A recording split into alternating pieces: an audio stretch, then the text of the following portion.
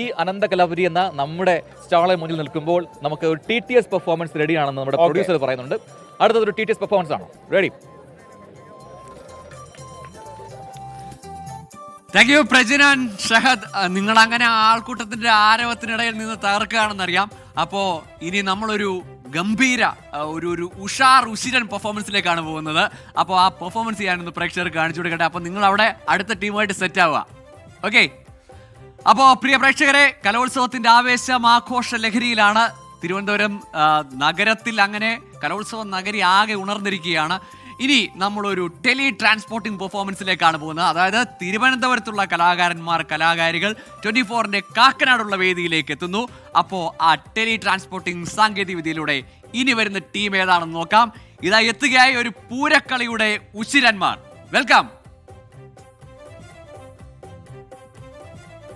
അപ്പോൾ ഇതാണ് പൂരക്കളി സംഘം എത്തിക്കഴിഞ്ഞു നമ്മുടെ TTS വേദിയിലേക്ക്.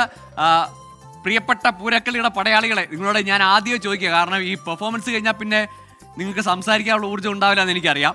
അപ്പോൾ എവിടെയാണ് നിങ്ങളുടെ സ്കൂള്, നിങ്ങൾ ഏതൊക്കെ ക്ലാസ്സുകളിൽ പഠിക്കുന്നവരാണ്, ഒന്ന് പറയാമോ ചെറുതായിട്ട്?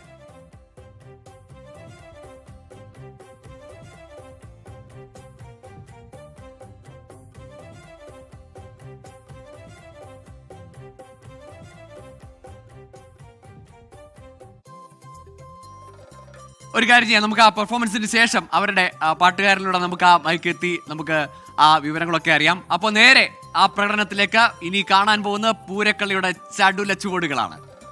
തുടങ്ങാം.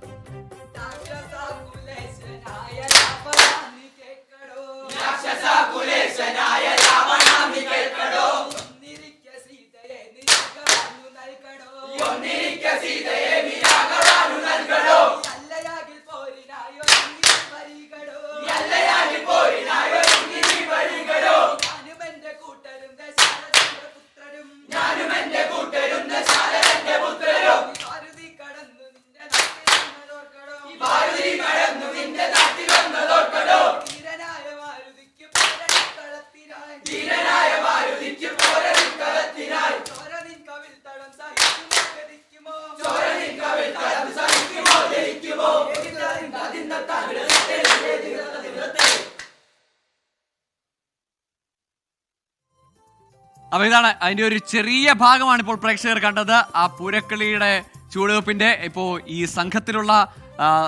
സംഘത്തിൻ്റെ വിവരങ്ങളൊക്കെ നമുക്ക് അറിയണമെന്നൊരു ആഗ്രഹമുണ്ട്. ഏതായാലും അവരൊരു തുടക്കം മാത്രമാണ് പെർഫോം ചെയ്തത്. നിങ്ങളുടെ മത്സരമൊക്കെ കഴിഞ്ഞോ അതോ ഇനി തട്ടിൽ നിന്ന് ഇറങ്ങിയവരാണോ എന്ന് കരുതുന്നു.